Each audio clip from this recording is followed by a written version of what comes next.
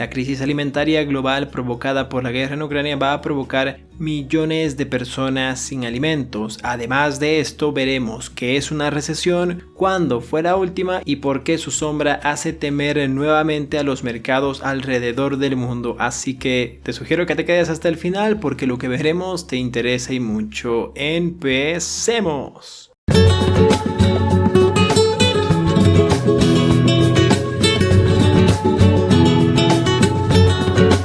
El bloqueo naval de los puertos en el Mar Negro ha frenado los envíos de Ucrania, el cuarto mayor exportador de trigo y de maíz, atizando el miedo de que se produzca escasez y hambre en los países más pobres. Creo que ya comenzó la próxima crisis sanitaria. No se trata de un nuevo patógeno, sino del hecho de que las personas malnutridas son más vulnerables a las enfermedades existentes, explicó al margen de la reunión de ministros de salud de la G20 en la ciudad de Yogyakarta, en Indonesia, un famoso economista.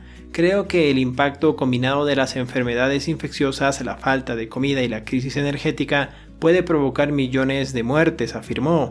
Los gobiernos deberían intentar reducir el impacto de la crisis alimentaria dando prioridad a la atención primaria y los cuidados en las aldeas y las comunidades, que serán las más vulnerables, dijo este ex banquero que ahora dirige un fondo humanitario de $4.000 millones. Esto significa darle prioridad a la atención primaria, es decir, la que se presta en los pueblos, en las comunidades, etc. Los hospitales son bastante importantes, pero cuando se enfrenta este tipo de desafíos, lo más importante es la atención primaria, agregó. Ahora sí, pasemos al punto principal. ¿Qué es una recesión? ¿Y por qué tenemos tanto miedo de lo que, entre comillas, está pasando o está empezando a pasar en el mundo actualmente? En medio de este debate vuelve a tomar fuerza la pregunta sobre qué es realmente una recesión. Muchos economistas hablan de una recesión técnica entre comillas cuando se contrae el crecimiento del Producto Interno Bruto, o sea el PIB, durante 2 trimestres consecutivos. La evolución del PIB, del Precio Interno Bruto, le ayuda a las empresas a juzgar cuándo expandirse y contratar a más trabajadores o invertir menos y reducir su fuerza laboral. Los gobiernos también lo utilizan para tomar decisiones que pueden ir desde impuestos hasta gastos. Es un indicador clave para los bancos centrales junto con la inflación cuando consideran subir o bajar las tasas de interés. Otros, sin embargo, utilizan una mirada más flexible, defendiéndola como una disminución significativa de la actividad económica que se extiende por toda la economía y que dura más de unos pocos meses. Organismos internacionales como el Banco Mundial o el Fondo Monetario Internacional consideran una recesión global como un año en el que un ciudadano global promedio experimenta una caída del ingreso real. Entre esas profundas contradicciones económicas globales de las últimas décadas destacan, por ejemplo, 1975, 1982, 1991, la tan famosa crisis hipotecaria del 2009 y la recesión por la pandemia del 2020. Actualmente estamos con dos problemas bastante importantes. El primero es el factor de China.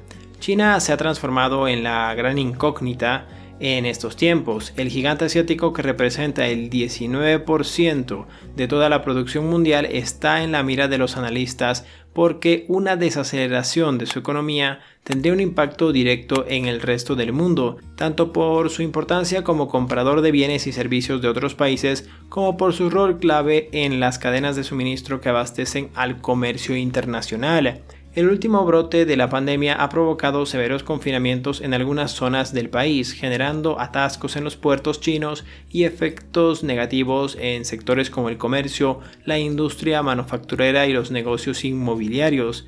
David Malpass ha expresado su preocupación por los cierres en algunas de las principales ciudades de China, dado que todavía tiene ramificaciones o impactos de desaceleración en el mundo. China ya estaba pasando por una contradicción de bienes raíces, por lo que el pronóstico de crecimiento de China antes de la invasión de Rusia ya se había bajado sustancialmente para 2022, dijo el representante del Banco Mundial, y también agregó: luego las olas de la pandemia provocaron bloqueos que redujeron aún más las expectativas de crecimiento para este país. Y lo que estamos viviendo es un freno al crecimiento económico. Por ejemplo, en Estados Unidos, Jerome Powell, presidente de la Reserva Federal, equivalente al Banco Central de ese país, ha dicho que el organismo continuará incrementando las tasas de interés hasta que la inflación esté controlada, mientras Europa intenta lidiar con un gigantesco aumento en el precio de los combustibles relacionado con la crisis en Ucrania. Fuera de los grandes centros de poder, los países menos desarrollados han visto un gigantesco aumento en el precio de los alimentos y entre ellos los más pobres están a las puertas de sufrir una hambruna. Entre los economistas y los banqueros, las opiniones están divididas respecto a si el mundo va directo a una recesión o si solo se trata de una desaceleración económica, mientras el costo de vida continúa escalando y los bancos centrales siguen subiendo las tasas de interés para detener las presiones inflacionarias. El problema es que la subida de los intereses, si bien puede controlar la inflación, encarece el costo de pedir dinero prestado y de cumplir con el pago de las deudas, actuando como un freno al crecimiento económico. A ese panorama hay que agregar que las perspectivas se han deteriorado en las últimas semanas debido al último brote de la pandemia en China y los inversores y los banqueros están preocupados. Uno de ellos, Robin Brooks, economista jefe del Instituto de Finanzas Internacionales, la Asociación Global de la Industria Financiera, publicó un mensaje en Twitter planteando que, entre comillas, se acerca una recesión mundial. Si viene o no viene, no lo sabremos hasta que pasen los meses y los indicadores tengan su propio veredicto. Bueno, tenemos bastantes problemas de los cuales preocuparnos. El tema de la gasolina, del gas, de los alimentos, de la agricultura, los maíces, los cereales, la bolsa de valores que se está desplomando. Tenemos el tema de la guerra en Ucrania con Rusia, problemas humanitarios, tenemos la crisis de la inflación, recesión, muchísimas cosas, atascos en los puertos, cadenas de suministro, sin mencionar que el tema del costo de vida se está incrementando día a día. Entonces, ¿qué es lo que podemos hacer en estos momentos? 3 cosas en específico. Número 1, empezar a invertir en uno mismo. Aprovechar de que afortunadamente hay muchas cosas que ahora son gratis con internet. Simplemente cursos de inglés, por ejemplo, que los encuentras en YouTube. Pones curso de inglés completo y te sale una lista de reproducción con 80 videos paso a paso. Entonces no hay excusa, ¿te das cuenta? Empezar a invertir en ti para que puedas mejorar habilidades que puedan convertirse en remuneración económica y poder tener más ingresos. Tienes que hacer eso. Número 2, exactamente va con la primera. Generar un negocio nuevo, especialmente por internet, que no te cueste tanto capital, no un negocio físico que tal vez lo tengas, ojalá, o un empleo que seguramente también lo tienes, alguno de los dos, una fuente de ingresos, ¿sí?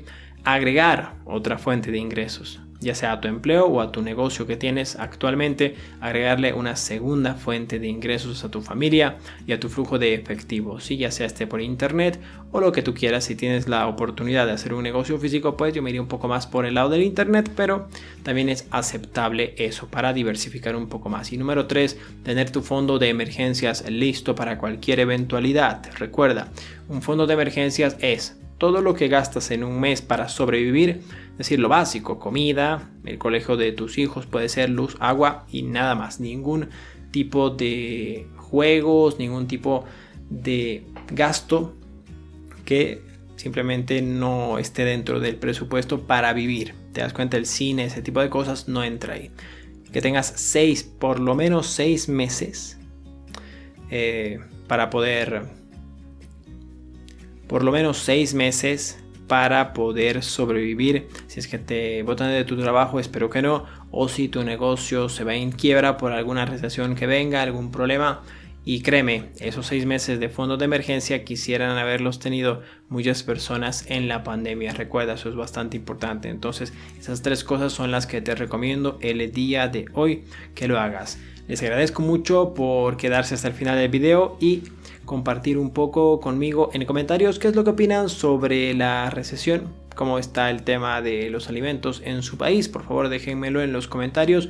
Suscríbanse si no lo están. Hablamos aquí de finanzas personales y todos los días estamos en vivo cuando abre la bolsa de valores, hablando de finanzas personales y también viendo oportunidades en la bolsa de valores y las noticias más importantes de macroeconomía en vivo todos los días a la apertura de la bolsa de valores, aproximadamente 10:30, 10 de hora argentina. Así hagan sus cálculos, por favor. y los espero ahí. Suscríbanse para que no se pierdan eso y nos vemos en el siguiente video. Se los quiero un montón, que tengan un reparador descanso. Adiós, adiós, adiós. Adiós. Un tonto y su dinero no están mucho tiempo juntos. Suscríbete al canal y no olvides darle a la campanita para que no te pierdas ninguno de nuestros videos.